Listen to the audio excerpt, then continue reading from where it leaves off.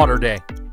A water day warning is created when the calculated WeatherTrack irrigation schedule is asking for more days than the current water day mode settings will allow. That is to say that one of the things WeatherTrack is famous for is our weather-based irrigation, where when you schedule a station using the automated by WeatherTrack station mode or auto mode, WeatherTrack calculates the station depletion by combining real-time weather information from our WeatherTrack ET Everywhere and Rain features with on-site landscaping features that are programmed into the controller on a station-by-station basis to create a designer irrigation schedule that manages how much and how often we irrigate a station to keep your plants healthy. So a water day warning alert will be created when the irrigation schedule that the WeatherTrack is creating is being limited by the available days programmed in your water day mode.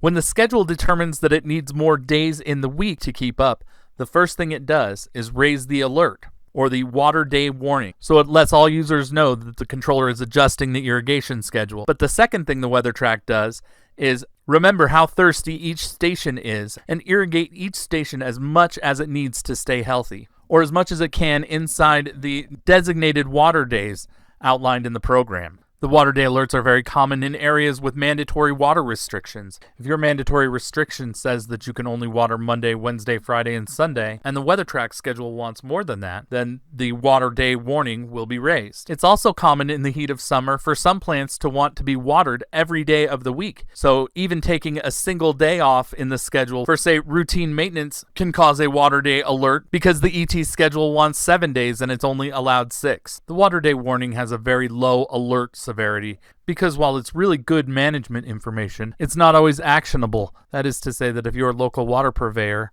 has restricted you to 4 irrigation days a week, there can be fines and penalties for not obeying those restrictions, so the schedule will never be allowed to run outside of those restricted times. If you do want to reprogram your water day mode, go to weathertrack.net. Go to your Smart Irrigation tab in your program page, and in the middle of the program page you find Days and Times. And in the Days and Times menu you'll see all of your programs and all of the start times, water windows, and water day modes for each individual program. This is where we change that water day mode, where you can select Optimized by WeatherTrack, which makes all days available except for the exclusion day. You can also select odd or even, which allows irrigation on either the odd days on the calendar or the even days on the calendar. You can select water day interval and select every 3rd day or every 4th day, all the way up to every 31st day. You can select days of the week, which is what we used as our example, where you can select to irrigate on the start times attached to Sunday, Monday, Wednesday, and Friday, for example. Or you can select days of the week by month, which allows you to be even more detailed in your programming throughout the year.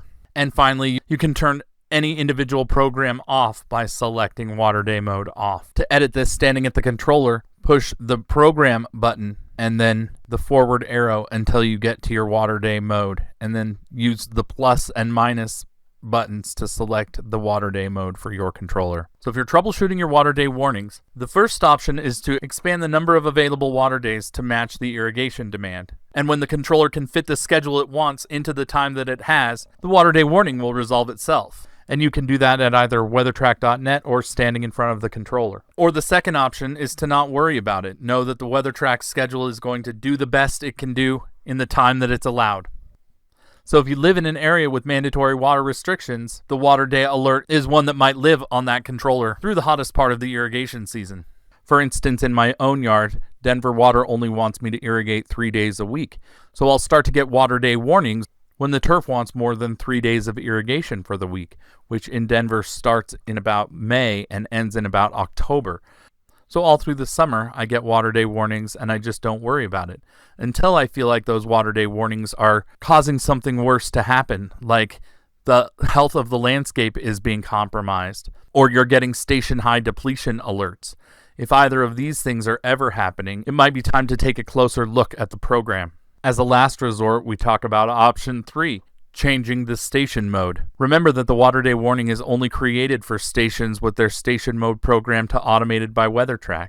So if you take any or all stations that are causing that alert out of automated by WeatherTrack and switch them to a user mode program or turn them off, then that water day alert will go away. Or to examine other ways in troubleshooting your water day warnings, call the HydroPoint customer service team.